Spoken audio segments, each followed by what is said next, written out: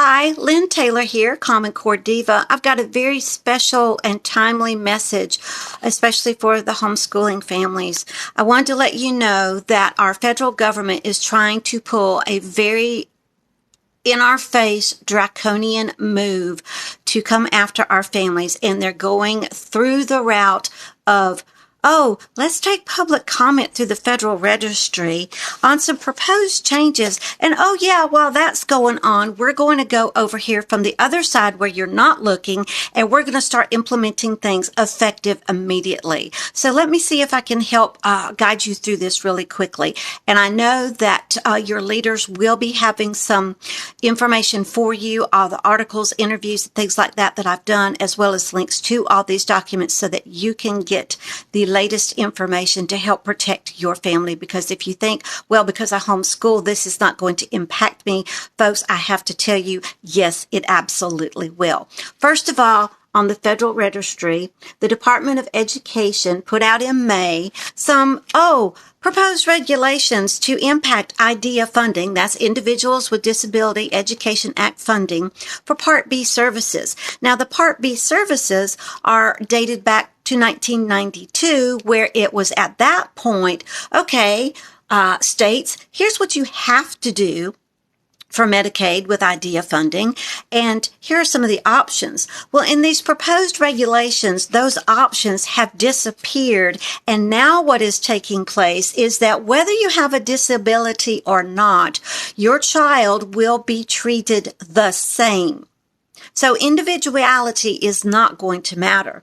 This also will tie in to H.R. 5, which is a current federal level parental rights bill. Now, let me point out one thing about that before I get back to what else the government is doing.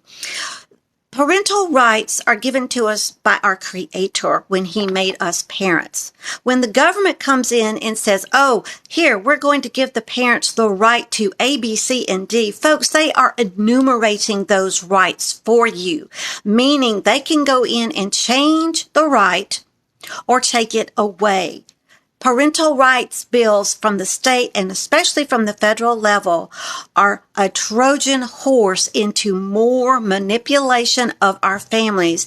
And what I'm seeing happen in research, what Charlotte Iserbeet showed us in research, and Anita Hogue and so many others, is that the attack is on destroying the family so that the school can come in and take over and be a better parent, because after all, parents are such a bother. And that's one of the things that I noticed with this federal registry change. But let me go back to the parental rights for just a second.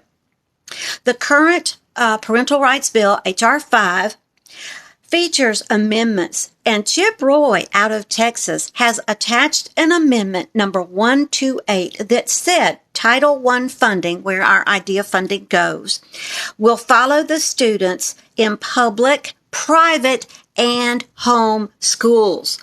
We do not need that to happen. Now, get back to the proposed changes. In the proposed changes, it's seeking to remove parental consent.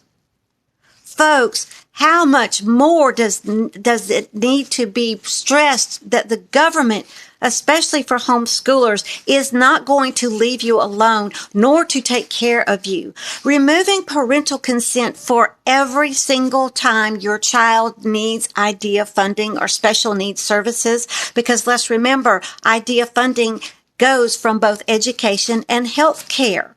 So any of your education-related services, any of your healthcare-related services, they're going to seek to take away parental consent. And I urge you, the comments are due by the 1st, but even if you don't comment by the 1st of August, the comments I have seen are so absolutely off the chart, insulting to parents. Parents are such a bother. Getting their consent is so time consuming, and I just don't have the energy, and my job just doesn't pay me enough to have to go track down Johnny and Susie's parents every time I need to get in a consent. So this also ropes in more data mining because after all, if we're going to remove parental consent and we're only going to get it once, we have to have all the data streamlined. Well, again, this is going to go after your healthcare needs as well. So your doctor is going to become more, or your healthcare provider. Oh, that's the other thing. If you have a healthcare provider who is not Medicaid certified, you're going to lose that healthcare provider. That's written in these changes. Not only is it proposed, but it is being enacted by the US Department of Health and Human Services. Now, just yesterday, the 25th of July, the U.S. Department of Education said, we know we've got Part B comments coming to us. But while they're so distracted with that, we're going to go over here and we're going to go after Part C. Now, Part C goes from birth to 2 years, again, with all those education-related and healthcare needs. Again, they're using this as a backdoor to get into early diagnosis for social and emotional learning to claim that everyone is somehow either disabled or mentally ill. This is absolutely an attack on the family. So this includes home visits. Now, we know that may not be new, but it's what's going to go on in the home visits from the U.S. Department of Health and Human Services that you need to know, because they're using the school, the public school, whether you go to the public school or not, does not matter. They've turned the public schools into federally recognized quasi-health centers, which allow this to happen. And that was with the Every Student Succeeds Act, which said that all education had to be aligned to the same post-secondary readiness standards as laid out in the Workforce Innovation and Opportunity Act. In that particular law, it also shifted Title I funding from those pupils who needed it to whole schools for whole communities. And in this particular almost 200-page document, it tells the schools how to not only bastardize the school-based services for the community, but how to go after the families who are not already involved in these services to get them into these services. Folks, we have got to educate those candidates who are running for office. We have got to share this information with other homeschoolers across the nation. This is not a one state and done. This is an entire national move to use your school to destroy your family. If you've got questions, info@commoncorediva.com is my email. I'll be happy to do anything, speak anywhere on this topic, because this is not going to go away and it will not end the attack on families.